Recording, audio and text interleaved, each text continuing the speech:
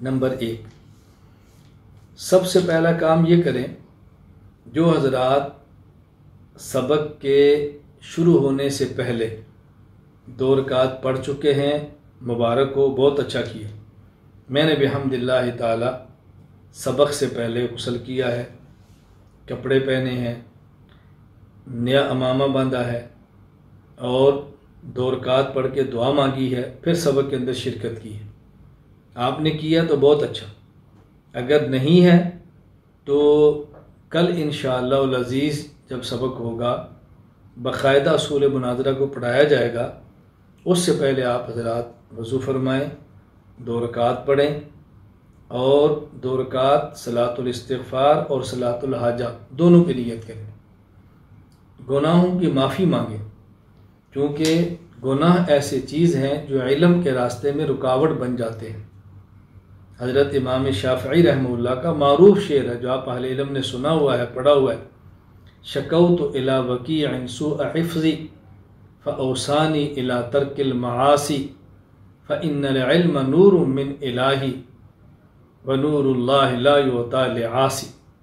حضرت امام شافعی رحمہ اللہ فرماتے ہیں، میں نے استاد جی حضرت وکیع سے عرض کیا میرا حافظہ کچھ کمزور ہے۔ وہ امام شافعی ہیں، یہ نہ سمجھنا حافظہ کمزور تھا، وہ اپنے حساب سے فرما رہے ہیں جو ان کو مطلوب تھا کہ میرا کمزور ہے۔ یہ آپ نہ سمجھنا جیسے ہمارا حافظہ شاید ان کا بھی اسی طرح ہوگا، وہ اپنی حیثیت سے فرما رہے ہیں۔ تو کہتے ہیں مجھے استاد جی نے فرمایا بیٹا گناہ نہ کرو، گناہ چھوڑ دو، اس لیے کہ علم نور الہی ہے اور اللہ یہ نور عاصی اور نافرمان کو نہیں دیتے۔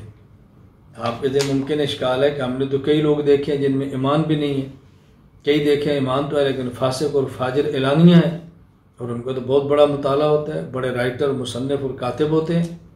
آپ کیسے کہتے ہیں؟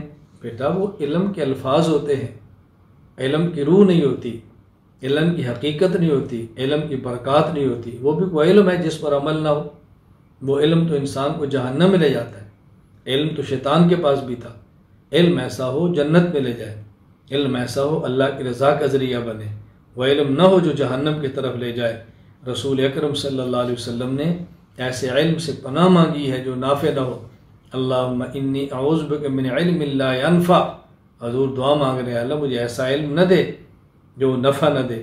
یہ رسول اکرم صلی اللہ علیہ وسلم کی دعائیں ہمیں سمجھانے کے لیے ہمیں اس کا اہتمام کرنا ہے۔